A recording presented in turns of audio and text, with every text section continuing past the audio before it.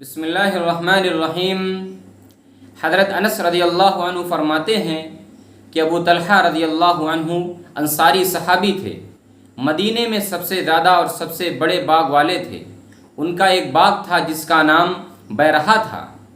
वो उनको सबसे ज़्यादा पसंद था और उनके नज़दीक सबसे ज़्यादा महबूब था।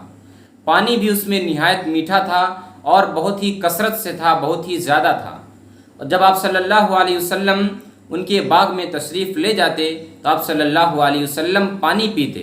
और जब लन तनालुल बिर्र हत्ता तुनफ़िक़ू मिम्मा तुहिब्बून, तुम नेकी के कामिल दर्जे तक नहीं पहुँच सकते जब तक तुम उसको खर्च ना करोगे जो तुम्हें पसंद है।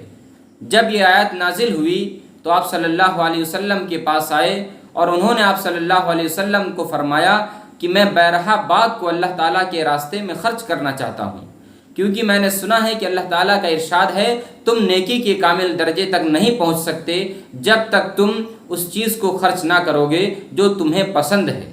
तो आप सल्लल्लाहु अलैहि वसल्लम ने खुशी का इजहार फरमाया और फरमाया कि इसको अपने रिश्तेदारों में तकसीम कर दो। लिहाजा उन्होंने उस बाग को अपने रिश्तेदारों में तकसीम कर दिया। सहाबा रज़ी अल्लाहु अन्हुम का ऐसा ईमान था कि सिर्फ एक आयत कुरान शरीफ की सुनकर उन्होंने अपनी सबसे ज़्यादा महबूब और सबसे ज़्यादा पसंदीदा चीज़ अपने बाग को अल्लाह ताला के रास्ते में खर्च कर दिया।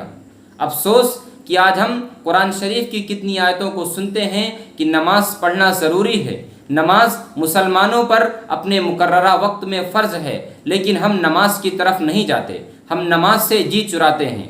नमाज तो ऐसी चीज़ है जिसमें कोई चीज़ खर्च नहीं होती। ज़कात उस वक्त फ़र्ज़ होगी जब आपके पास पैसा होगा, हज उस वक्त फ़र्ज़ होगा जब आपके पास पैसा होगा, लेकिन नमाज के लिए किसी चीज़ की खर्च करने की ज़रूरत नहीं है। इसलिए अल्लाह ताला से दुआ है कि अल्लाह ताला हम सब को नमाजी बनाए।